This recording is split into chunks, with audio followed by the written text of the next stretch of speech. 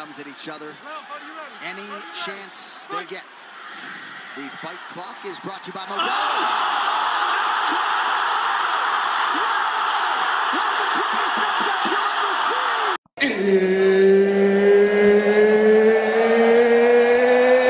It's time! For you to sit back, relax, and listen to a complete and fucking utter armchair expert give his completely and utterly useless opinions on the one hell of an amazing sport that is MMA. G'day, guys. Of course, I wait until the week of the biggest card I've ever seen, the most historic, that's for sure, to get sick. So if I'm actually recording this during the day for the first time ever to make sure that my nose ain't too clogged up, and thus meaning my voice isn't too muffled. But if you hear me cough or blow my nose a little, I do apologise, and you know why. But yes, we are going to get to UFC 300, but this is going to be an action-packed podcast indeed, and there's a couple of other things I want to talk about first. First off, as always, the UFC 299 recap. And what a main card it was indeed. Sorry, I'm just scratching my head above my headphones. What a action-packed card UFC 299 was indeed. Nearly had 20,000 people there, had $14 million at the gate at the Casaya Center in Miami, Florida. Peter Yan got back in the win column. Our boy Jack Della, who could be on an upcoming card that I'll talk about in a minute, had a win. MVP won in his debut against Kevin Holland. Dustin the Diamond Poirier got the dub against Benoit Saint Denis, and Suga Sean O'Malley retained his bantamweight strap against Chito Vera, ladies and gentlemen. I should have said Jack Della won against Gilbert Burns, so we don't know where he's off to, but sorry. Yes, it was a action-packed card indeed, very much so, and I very much did enjoy it. Predicted all of the main card fights right, so I was very happy about that. But a couple other things I want to talk about before we get to UFC 300.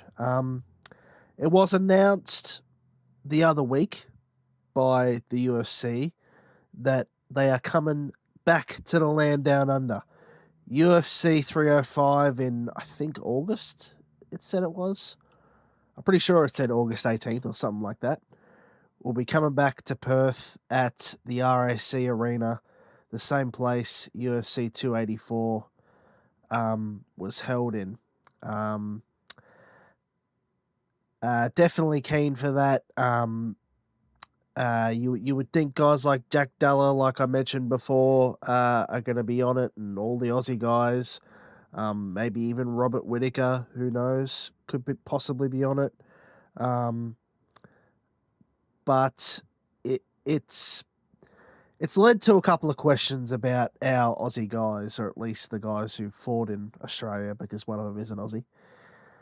There's a lot of talk that UFC 305 is going to be main evented by Izzy versus DDP for the middleweight strap. I don't mind that fight at all. Of course, they had some bad blood dating back to UFC 290 when Izzy got in the cage after his win against Robert Whittaker. I don't mind that fight at all. That grudge needs to be settled. The only thing that is a bone of contention with me is the fact that it means Strickland doesn't get an immediate rematch, which part of me says I kind of expect, because the UFC is very much about money fights these days, and Strickland didn't have the greatest record before defending his belt only once and losing it. But it was a very close fight that Strickland won on one card, and I think he deserves an immediate rematch, but that's just me. He seems resigned to the point that he won't get it because he's tweeting about fighting Paulo Costa now. Who knows? Maybe they make that a number one contender fight to Izzy versus DDP, even though that hasn't been announced yet. But if it is announced, there's a lot of talk that it will be on UFC 305. So the second time in a year that Izzy will be fighting in Australia, possibly, and I'm very keen for that possibly happening.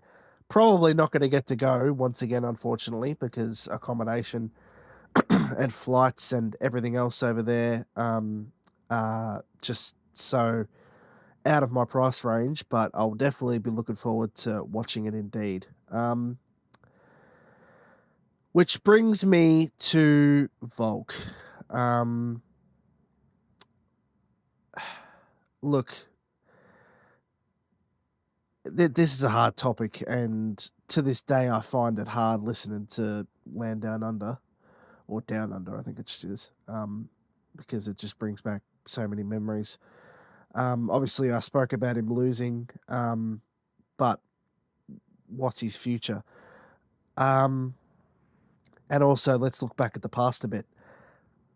I forgot to say this in the last podcast that I talked about it on, but I said it in a tweet after the fight, after UFC 298, that, and Volk got knocked out, which Volk got knocked out on, that in retrospect, him taking that second fight with Islam at UFC 294 in Abu Dhabi on such short notice, I think it was 11 days notice, and we all commended him for it at the time, but in retrospect, I think it was a mistake, because as we know, Volk got dropped in round one, and was his chin cracked? I don't know, but I said it, and a lot of other people appear to agree with it, so who knows? Does Volk get... I certainly hope Volk ain't on 305. Sorry.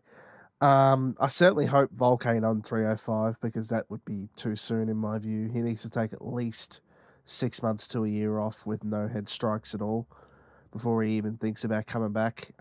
But I think he probably gets the rematch, and then we'll see what happens, man. That probably determines whether or not his chin has been cracked. But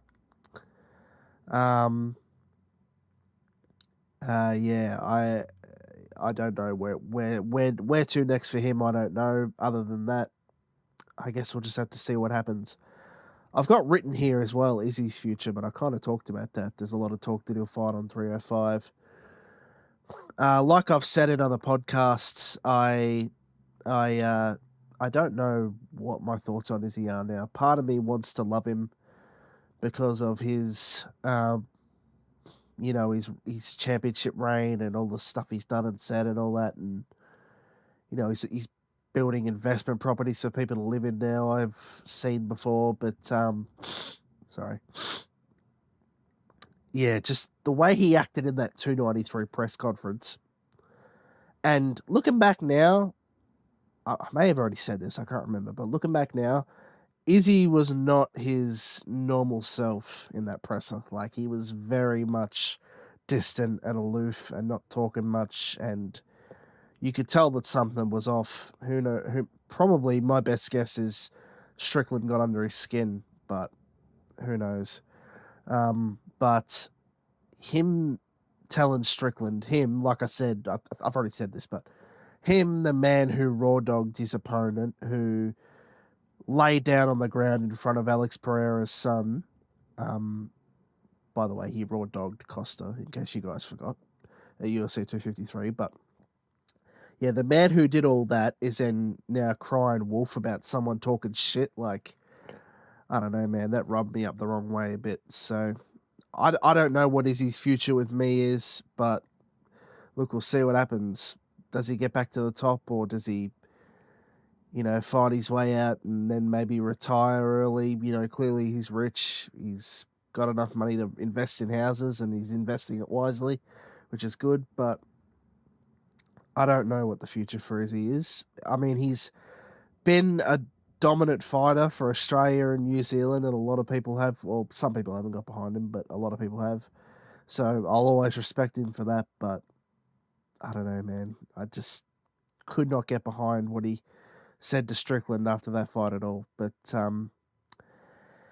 anyway, guys, that was a long segment, and when I'll take a little break after this because my neck's getting a bit cranked up, and when we come back, UFC 300 and a hell of a lot more to come. All that and more when I come back. I just realised listening back to that, how the hell would a Costa versus Strickland fight for the number one contender make sense given Costa just lost to Whittaker? I don't know how that would make sense, but anyway,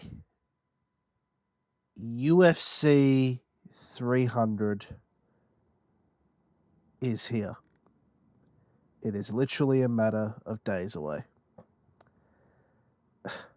That is just so mental for me to say. Like I've said it a number of times on here. I watched years ago with my dad and his friend who's now passed away, rest in peace. Watched DC Stipe, was going to watch Conor Khabib, but didn't, sadly.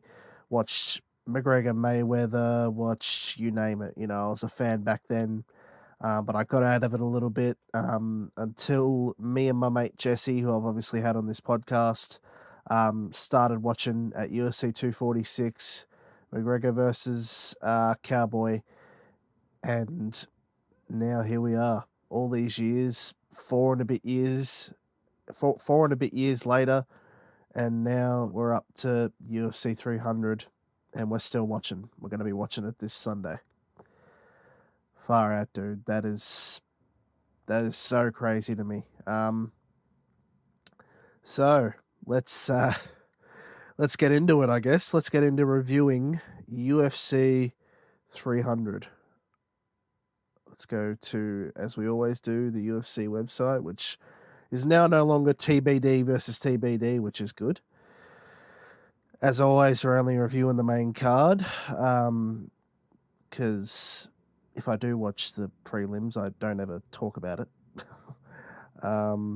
But main card. Ooh. Tell you what, though, there is a couple of fights worth mentioning on the prelims. And even the early prelim. Oh, and even the early prelims. Okay, so that's how stacked this card is. So Deiveson Figueiredo is opening up UFC 300 against Cody Garbrandt, which is crazy.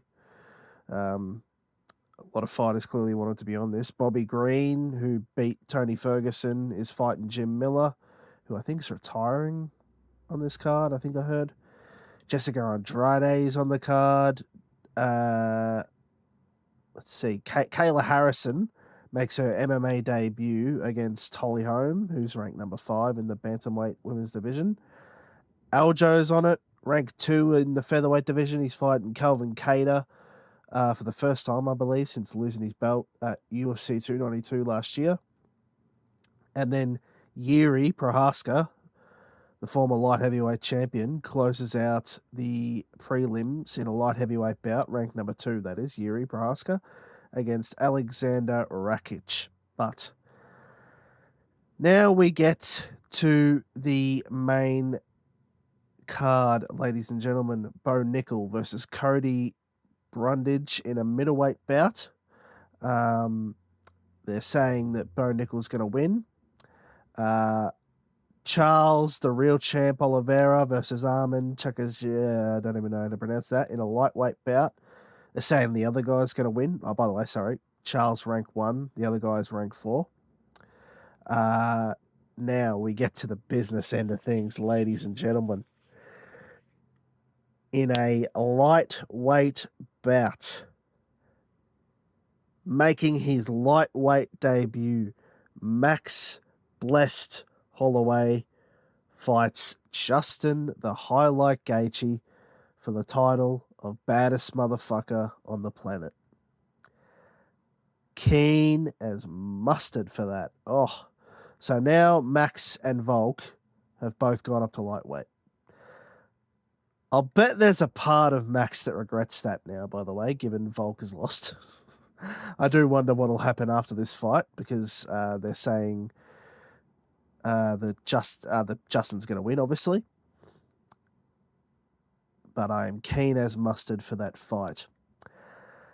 Moving on to the co-main event of the evening. One of our favourites in Zhang Weili defends her women's strawweight title against Yan... I don't even know how to pronounce her last name, but a fellow Chinese woman. Oh, God. We're renowned for that on this podcast. We can't pronounce names. I've probably offended a lot of people who've listened, but as always, we know Zhang Weili is one of our favourite fighters. Single-handedly saved UFC 248 from the disaster that was Izzy versus Romero, as I've often said. Deserved fight of the year, absolutely. And then she came back in front of her own people, I believe it was, and won the belt back again, I think. It was either that or another. I forget which card she won the belt back on. Let's actually see. Let's look that up. Slight delay. Let's check her record to see when she won the title back. Hold on. Okay, that's the next fight.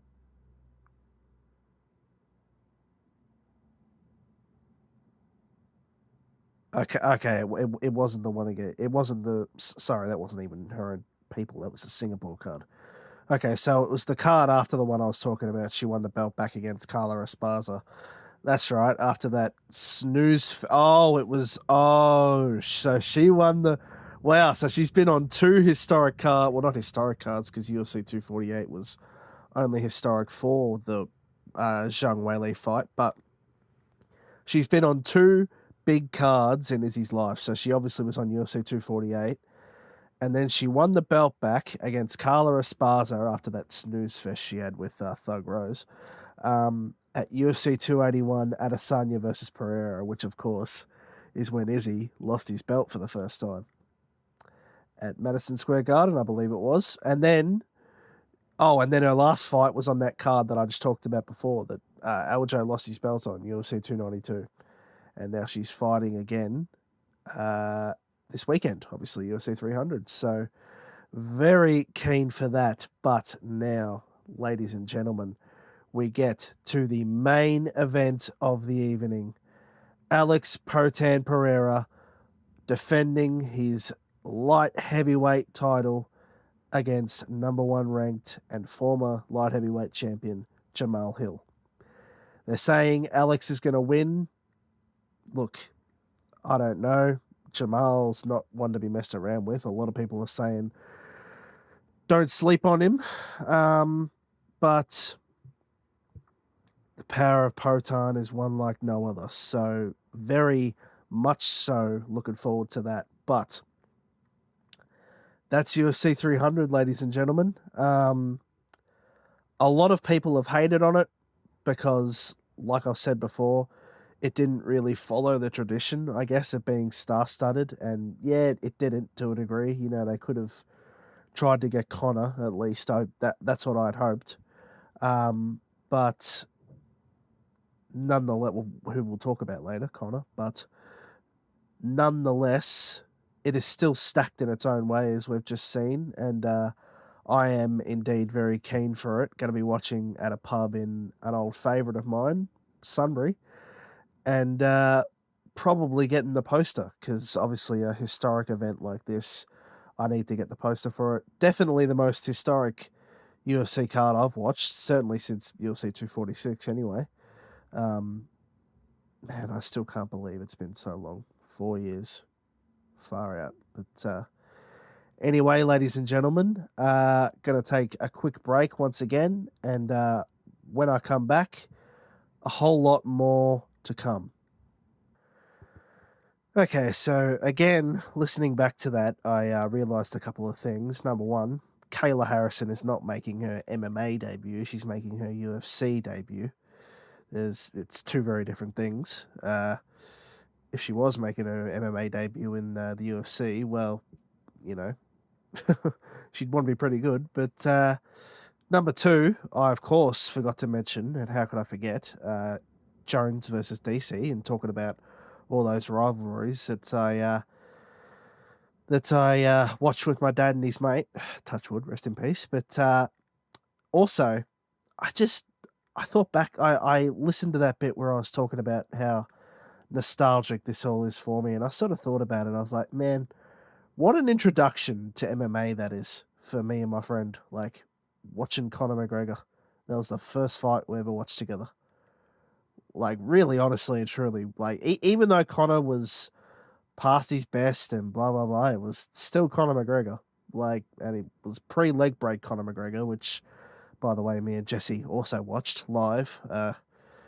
What a scene that was. But, yeah, what an introduction to MMA that was, honestly. Like, wow. And I'm still so blown away by the fact that it's been so long. But we're going to get into the other topics of this podcast because there's a few I want to talk about. First of all, I want to talk about boxing very briefly. I mentioned towards the end of the last podcast that Francis Ngannou was going to be fighting Anthony Joshua. He did, and he lost spectacularly. He was knocked out. But he still deserves respect, in my opinion. Went out on a limb, gave away surefire money to fight John Jones, to bet on himself, and to make a statement in the process and, you know, make himself a star, really, and got in there with, and not to mention make himself a lot of money, and he got in there with two of boxing's greatest heavyweights today, really, and fared pretty well against the world champ. That will never be forgotten, in my opinion. Arguably widened a lot of people's eyes, arguably beat Tyson Fury, and then was not afraid to get in there with the other one. And showed respect to him afterwards. Like, how can you not give respect to that kind of person? Like, hands of steel and balls of steel and respect and integrity, and yeah, I'll always be Team Francis, man. Second thing I want to talk about very briefly before I get on to the final topics of this podcast is that Jake Paul versus Mike Tyson. Don't want to talk too much about it, but because I talked about it on the last podcast, but it is apparently going to be an exhibition, which you kind of expected, given it's Mike Tyson. Like, what? Sorry. Yeah, you kind of expected that, given it's Mike Tyson. What commission would, especially the one in Texas, would sanction that? But it's just funny, given the fact that Jake Paul has shat so much on the idea of exhibitions, and now he's going to be doing one. It's just quite funny, and I'll bet KSI, his arch nemesis, had a good laugh at that. Now we get to one of the biggest topics of this podcast, because I mentioned UFC 246. Conor McGregor. We've covered him extensively over the last couple of episodes, so I'm not going to go into everything that happened, but he did an interview with, I forget the guy's name, and I forget even the YouTube channel. I just remember, the one thing I remember was that Conor was actually wearing TNs.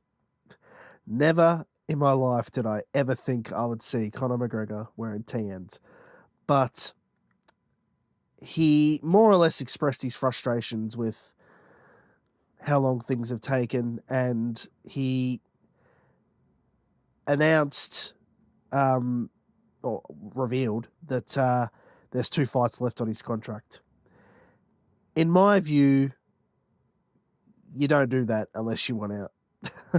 And it's clear that the relationship, as I've talked about before, True Geordie, I've talked about what he said about it. It's clear now that the relationship between Conor and the UFC is not great. They're stalling him, you would think, for whatever reason, probably because they know he wants to go make boxing money and they don't want him to do that by himself. So they want to stall him until either he's completely worthless or not worth anywhere near as much, or until he signs a new deal. So, look, I'll go on record as saying, like, the UFC owe all of what they have now, really, to Conor McGregor. Like, that whole run he had paved the way for the expansion that they went through. And to me, the least they could do for him is just letting him fight out his contract and go make another big boxing payday and ride off into the sunset. But anyway, it was revealed by Conor, so take it as you will, after that interview that the UFC got in touch and said he'll be fighting in the summer, which, okay, that's good. We could possibly be getting Conor back. Would have been good to have him back on UFC 300. Would have been good to, to have him to be able to, take advantage of a star-studded card. But anyway, we could be getting him back.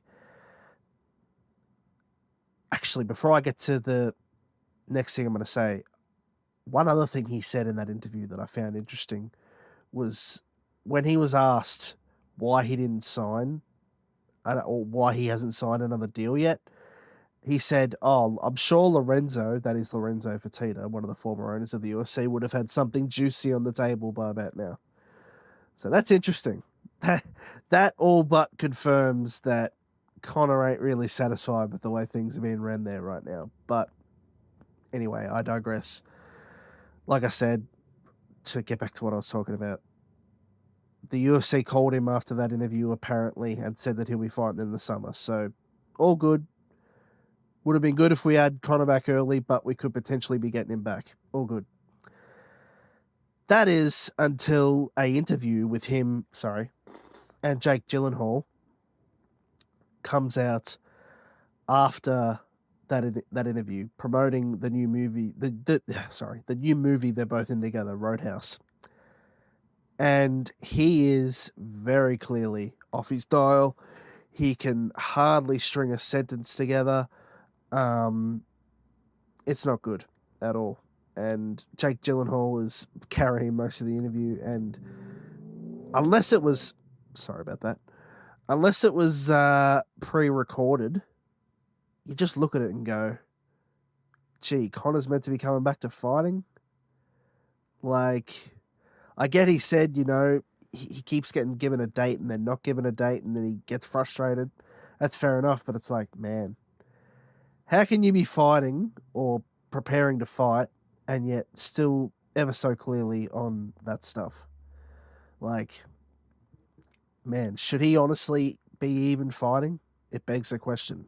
I don't know, honestly. I don't know. But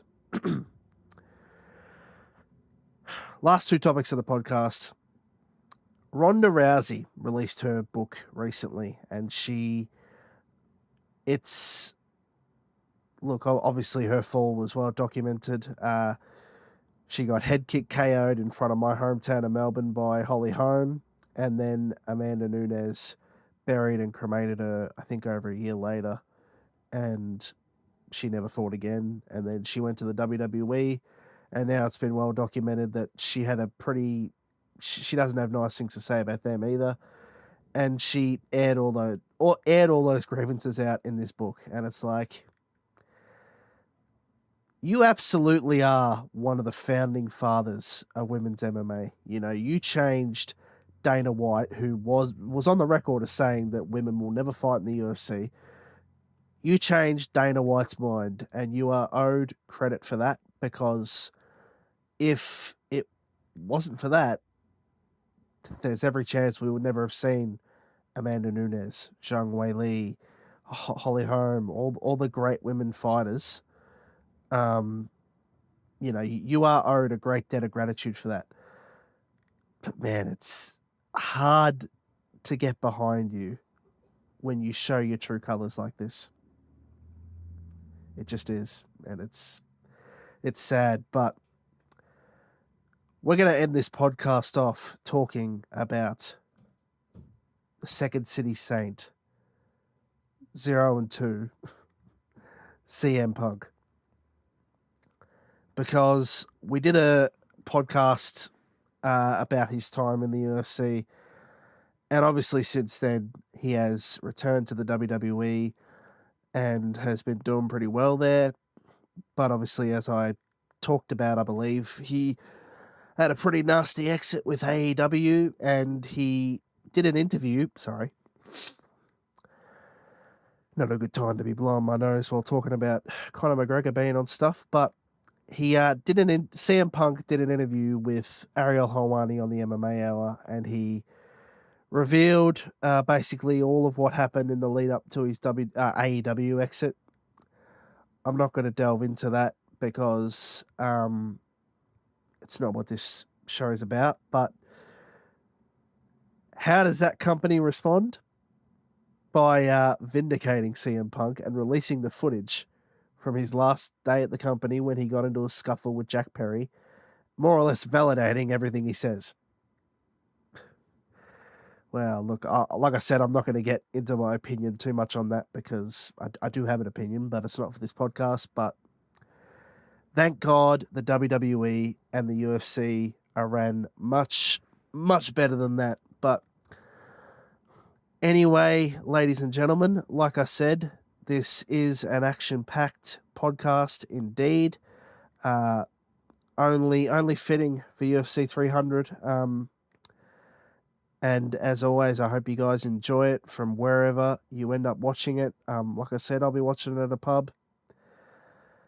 Absolutely a historic card, even though it's not as star-studded as we'd hoped. Absolutely a historic card for me, certainly. And once in a lifetime, man. I absolutely couldn't miss it. And I couldn't miss, even though I'm sick, doing a podcast about it. Wow, man. I'm still so floored by the fact that it's been so long. Feels like yesterday we were watching our first MMA fight, me and Jesse, and now we're at UFC 300. Gee whiz. But anyway, guys, enjoy this card because it only happens once every few years. And as always, till the next one, UFC 301, which I forgot to talk about. God, I forgot to talk about.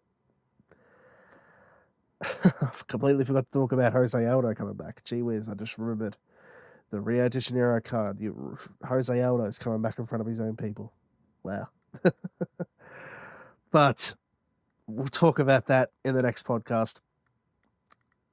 Anyway, there was a lot to talk about. I couldn't think about everything when I wrote down the script for this podcast, and it ends up being a bit of a shit show. But anyway, guys,